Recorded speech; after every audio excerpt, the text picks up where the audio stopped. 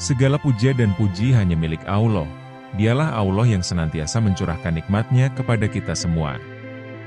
Begitu banyak nikmat yang Allah berikan kepada kita, sehingga tidak bisa kita menghitungnya satu persatu. Dan di antara nikmat-Nya ada nikmat yang begitu luar biasa. Nikmat ini tidak Allah berikan selain kepada hamba-Nya yang beriman. Nikmat ini adalah nikmat iman dan Islam. Sholawat dan salam semoga senantiasa tercurah bagi Habibina, wa syafi'ina, wa maulana Muhammad, sallallahu alaihi wasallam, yang telah membawa kita, minad zulumat, ilan nur. Tidak lupa juga untuk keluarganya, sahabatnya, tabi'in, tabiut tabi'in sampai kepada kita selaku umatnya. Semoga kita adalah umatnya yang senantiasa mendapatkan ilham, untuk dapat mengamalkan ajarannya. Saudaraku yang dirahmati Allah. Pada kesempatan yang baik ini insya Allah kita akan membahas bersama-sama tentang sisa-sisa jahiliyah dan hanifiyah. Untuk memulainya, mari kita bersama-sama mengucapkan ayatul basmalah.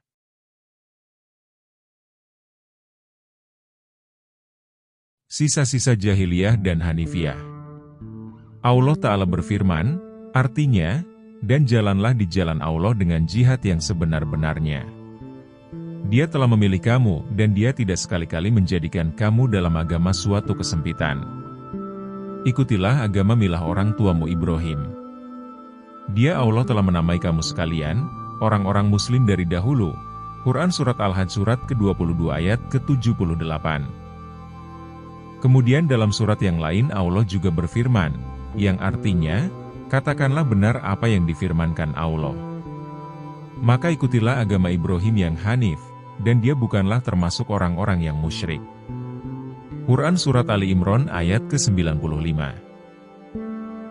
Saudaraku yang dirahmati Allah, hakikatnya bangsa Arab adalah anak-anak Ismail alaihi salam. Karena itu mereka mewarisi milah dan minhaj yang pernah dibawa oleh bapak mereka. Milah dan minhaj yang menyerukan tauhidullah, beribadah kepada Allah, mematuhi hukum-hukumnya, mengagungkan tempat-tempat sucinya, khusus Baitul Haram, menghormati syiar-syiarnya dan mempertahankannya. Namun sayang, setelah beberapa kurun waktu, mereka mulai mencampur adukan kebenaran yang diwarisinya itu dengan kebatilan yang menyusup kepada mereka. Seperti halnya semua umat dan bangsa, apabila dikuasai kebodohan dan dimasuki tukang-tukang sihir dan ahli kebatilan, maka masuklah kemusyrikan kepada mereka. Mereka pun kembali menyembah berhala-berhala. Tradisi-tradisi buruk dan kebejatan moral pun tersebar luas, akhirnya mereka jauh dari cahaya tauhid dan ajaran hanifiyah. Selama beberapa abad mereka hidup dalam kehidupan jahiliyah, sampai akhirnya datang bid'ah Muhammad sallallahu alaihi wasallam. Saudaraku yang dirahmati Allah. Adapun orang yang pertama dan bertanggung jawab masuknya kemusyrikan dan mengajak bangsa Arab untuk menyembah berhala adalah Amr bin Luhai bin Qomah. Nenek moyangnya Bani Huza'ah. Ibnu Ishaq meriwayatkan dari Muhammad bin Ibrahim ibnu Harits At-Tamimi. Salih Asa menceritakan kepadanya bahwa ia pernah mendengar Abu Hurairah berkata, "Aku pernah mendengar Nabi Muhammad bersabda kepada Aksam bin Jun al-Khuzai, 'Wahai Aksam, aku pernah melihat Amr bin Luhai bin Qomah bin Handaf ditarik usus-ususnya ke dalam neraka. Aku tidak pernah melihat seorang pun mirip dengannya, Amr bin Luhai, kecuali kamu.'" Aksam lalu berkata, "Apakah kemiripan rupa itu akan membahayakan aku ya Rasul?" Rasul pun menjawab, "Tidak. Sebab kamu mukmin sedangkan dia kafir. Sesungguhnya dia adalah orang pertama yang mengubah agama Ismail alaihi salam. Lalu dia membuat patung-patung, memotong telinga binatang untuk dipersembahkan kepada togut-togut. Kemudian menyembelih binatang untuk tuhan-tuhan mereka, membiarkan unta-unta untuk sesembahan dan memerintahkan untuk tidak menaiki unta tertua karena keyakinan kepada berhala." Ibnu Hisham meriwayatkan, bagaimana Amr bin Luhai ini memasukkan penyembahan berhala ini kepada bangsa Arab. Ia berkata, Amr bin Luhai suatu waktu keluar Mekah, menuju Syam untuk suatu keperluan. Ketika sampai di Ma'ab, daerah Balka, pada waktu itu di tempat tersebut terdapat anak keturunan Amlik bin Lauds, bin Syam, bin Nuh.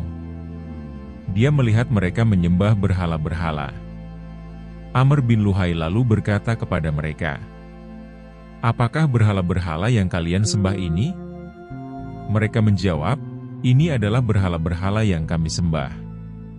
Kami meminta hujan kepadanya, lalu kami diberi hujan. Kami meminta pertolongan kepadanya, lalu kami ditolong." Kemudian Amr bin Luhai berkata lagi, "Bolehkah kamu berikan kepadaku satu berhala itu untuk aku bawa pergi ke negeri Arab, agar mereka juga menyembahnya?" Mereka pun memberikan satu berhala yang bernama Hubal. Lalu Amr membawanya pulang ke Mekah, kemudian ia memasang berhala tersebut. Lalu dengan kuasanya Amr bin Luhai memerintahkan orang untuk menyembahnya dan menghormatinya. Maka tersebarlah penyembahan berhala dan kemusyrikan di Jazirah Arab. Mereka pun meninggalkan akidah tauhid, mengganti agama Ibrahim dan Ismail alaihi salam. Mereka pun mengalami kesesatan dengan meyakini keyakinan yang keliru, dan melakukan tindakan-tindakan yang buruk sebagaimana umat-umat yang lainnya. Mereka melakukan semua itu karena kebodohan, keumian dan keinginan untuk membalas jasa kepada kabilah-kabilah dan bangsa-bangsa yang ada di sekitarnya. Meskipun demikian, di antara mereka masih terdapat orang-orang, walaupun sedikit, yang berpegang teguh kepada akidah tauhid dan berjalan sesuai ajaran Hanafiyah, yaitu meyakini hari kebangkitan, lalu mempercayai bahwa Allah akan memberikan pahala kepada orang-orang yang taat dan Allah menyiksa orang-orang yang berbuat maksiat. Selain itu, mereka juga membenci penyembahan berhala yang dilakukan oleh bangsa Arab, serta mengecam kesesatan pikiran dan tindakan buruk lainnya. Di antara tokoh dan penganut sisa-sisa Hanifiyah ini antara lain, Qais bin Saidah al-Ayadi, Riyab Ashishani, dan Pendeta Bahira. Selain itu, dalam tradisi-tradisi mereka juga masih terdapat sisa-sisa prinsip agama yang hanif dan syiar-syiar kendati pun semakin lama semakin berkurang. Karena itu kejahilan mereka dalam hal dan keadaan tertentu masih tersibgoh, terwarnai oleh pengaruh prinsip-prinsip dan syiar-syiar Hanafiyah. Sekalipun syiar-syiar dan prinsip-prinsip tersebut tidak nampak dalam kehidupan mereka kecuali sudah dalam bentuk yang tercemar. Seperti memuliakan Ka'bah, tawaf, haji, umroh, wukuf di Arafah dan berkurban. Semua itu syariat dan warisan peribadahan sejak Nabi Ibrahim, akan tetapi pelaksanaannya tidak sesuai dengan ajaran sebenarnya. Banyak hal yang sudah ditambahkan, seperti talbiyah haji dan umroh, kabilah Kinanah dan Quraisy. Mereka mengucapkan labaika Allahumma labaik, labaika la syarikalah, illa sarikun huwa laka tamliku huwa malikun. Artinya, aku sambut seruanmu, ya Allah, aku sambut seruanmu, aku sambut seruanmu, tidak ada sekutu selain sekutu yang pantas bagimu, yang engkau dan dia miliki. Setelah talbiyah ini, mereka membaca talbiyah yang mentauhidkannya. Kemudian mereka memasuki Ka'bah dengan membawa berhala-berhala mereka. Saudaraku yang dirahmati Allah, sejarah Arab pada saat itu berlangsung di dalam naungan Hanifiyah Samhah yang dibawa oleh Abdul Anbiya, yakni Nabi Ibrahim alaihi salam. Yang pada mulanya kehidupan mereka disinari oleh akidah tauhid, cahaya petunjuk dan keimanan. Namun sayang setelah itu bangsa Arab sedikit demi sedikit menjauh dari kebenaran tersebut. Dalam kurun waktu yang cukup lama, akhirnya kehidupan mereka berbalik dalam kehidupan yang penuh kegelapan, kemusyrikan dan kesesatan pemikiran. Walau, kebenaran rambu-rambu yang lama masih menghiasi kehidupan mereka yang semakin lama semakin redup. Saudaraku yang dirahmati Allah, cahaya yang dinantikan pun datang kembali kepada mereka, merebak dengan bitsah hadirnya di tengah-tengah mereka penutup para nabi, nabi akhir zaman, manusia mulia Nabi Muhammad Shallallahu Alaihi Wasallam. Wahyu ilahi datang menyentuh segala kegelapan dan kesesatan yang telah mengakar selama rentang zaman tersebut. Kemudian menghapuskan dan menyinarinya dengan cahaya iman, tauhid dan prinsip-prinsip keadilan sekaligus menghidupkan kembali sisa-sisa Hanifiyah yang ada. Sebelum hadirnya bitsah Nabi Muhammad, pada saat itu sebenarnya pemikiran-pemikiran bangsa Arab sudah mulai menentang kemusyrikan, penyembahan berhala dan segala hurufat jahiliyah. Dan puncak kesadaran serta revolusi tercermin dengan bitsah Nabi Muhammad dan dakwahnya di tanah Arab. Maka dari pemikiran ini, bangsa Arab jahiliyah semakin terbuka kepada hakikat-hakikat tauhid dan sinar hidayah. Pada akhirnya bangsa Arab, mereka semakin dekat dengan prinsip-prinsip dan dakwah Islam, sehingga mencapai titik puncak pada bitsah Nabi Muhammad SAW. Masa diutusnya Nabi Muhammad merupakan masa jahiliyah yang paling jauh dari hidayah dan dakwah Islam jika dibandingkan dengan masa-masa yang lain. Reruntuhan rambu-rambu Hanifiyah pada bangsa Arab di masa bitsah Nabi tercermin pada kebencian bangsa Arab terhadap berhala, dan keengganan mereka menyembah berhala dan keengganan mereka untuk tidak menolak nilai-nilai Islam. Dan sisa-sisa reruntuhan ini tidak mencapai 1/10 dari yang muncul dengan jelas dalam kehidupan mereka beberapa abad sebelumnya. Sesuai dengan arti nubuah dan bitsah dalam pandangan orang-orang tersebut, semestinya bitsah Nabi Muhammad ini terjadi beberapa abad sebelumnya.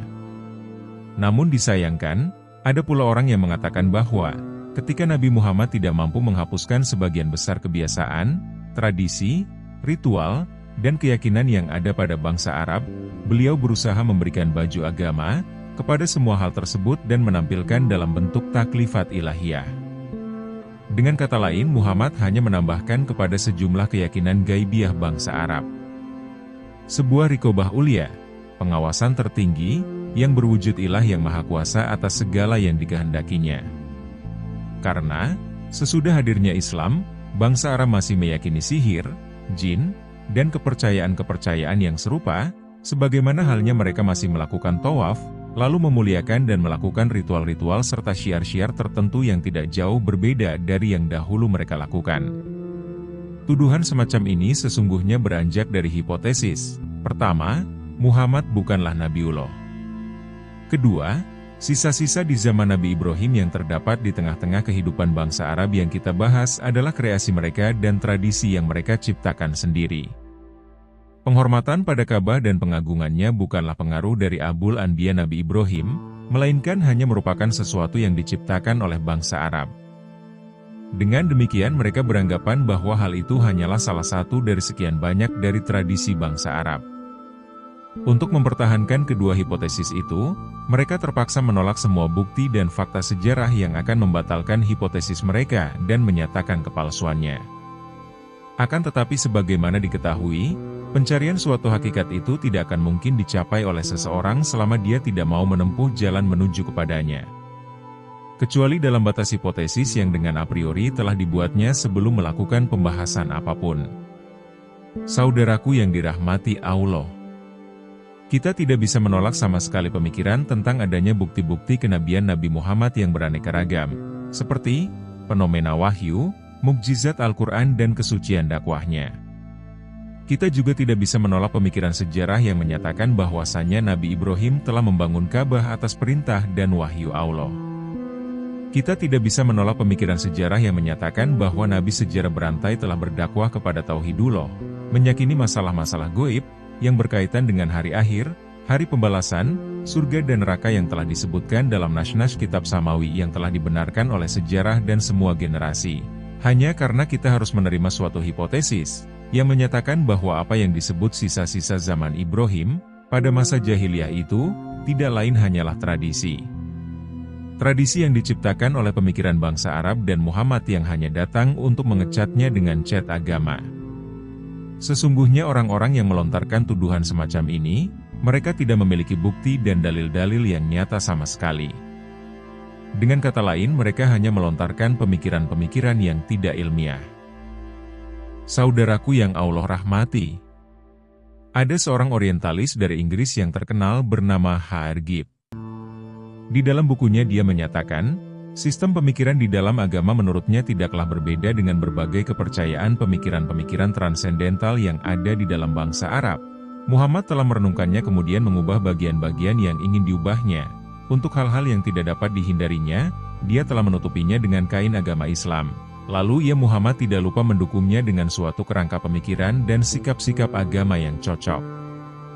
Gibb mengatakan disinilah Muhammad menghadapi kemuskilan yang besar. Dia ingin membangun kehidupan bangsa ini bukan hanya untuk bangsa Arab, melainkan untuk semua bangsa dan umat. Karena itu dia tegakkan kehidupan agama ini dalam sistem Al-Quran.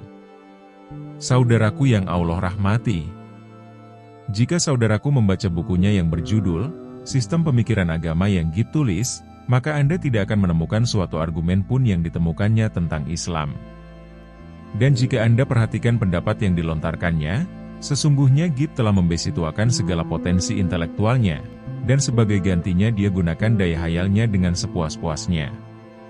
Tidak hanya itu, Gibb kemudian mengutip suatu nash dari kitab Syekh Syah Wiliullah Ad-Dahlawi, Hujjatullah Al-Balighah. Gibb menyangka bahwa tak seorang pun dari pembaca teks kitab tersebut akan mengeceknya. Lalu dengan sengaja dia ubah dan memalsukannya. Adapun teks yang dipalsukan Gibb adalah, sesungguhnya, Nabi Muhammad diutus dalam suatu bid'ah yang meliputi bid'ah lainnya. Yang pertama kepada Bani Israel, bid'ah ini mengharuskan materi syariatnya berupa syiar-syiar cara ibadah dan segi kemanfaatan yang ada pada mereka. Hal ini karena syariat hanya merupakan perbaikan yang ada pada mereka, bukan pembebanan sesuatu yang mereka tidak ketahui sama sekali.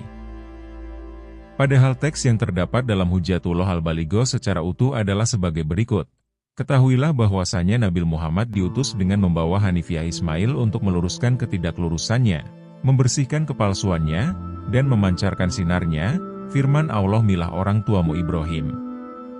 Karena itu dasar-dasar milah tersebut harus diterima dan sunnah-sunnahnya harus ditetapkan. Hal ini karena Nabi Muhammad diutus pada suatu kaum yang masih terdapat pada mereka sisa sunnah yang terpimpin. Jadi tidak perlu mengubahnya atau menggantinya, bahkan wajib meletakkannya karena hal itu lebih disukai oleh mereka, karena lebih kuat apabila dijadikan hujjah atas mereka. Anak-anak keturunan Ismail mewarisi ajaran bapak mereka Ismail. Mereka melaksanakan syariat tersebut sampai datang Amr bin Luhai yang memasukkan pemikiran-pemikiran yang sesat dan menyesatkan. Amr bin Luhai mensyaratkan penyembahan berhala dan kepercayaan-kepercayaan lainnya. Sejak itulah agama menjadi rusak yang bercampur dengan yang batil sehingga kehidupan mereka dikuasai oleh kebodohan, kerusakan dan kemusyrikan. Saudaraku yang Allah rahmati, diutusnya Nabi Muhammad ke bangsa Arab tidak lain untuk meluruskan ketidaklurusan mereka dalam beragama, dan memperbaiki kerusakan mereka, lalu meninjau syariat mereka, apa yang sesuai syariat Ismail atau syiar-syiar Allah.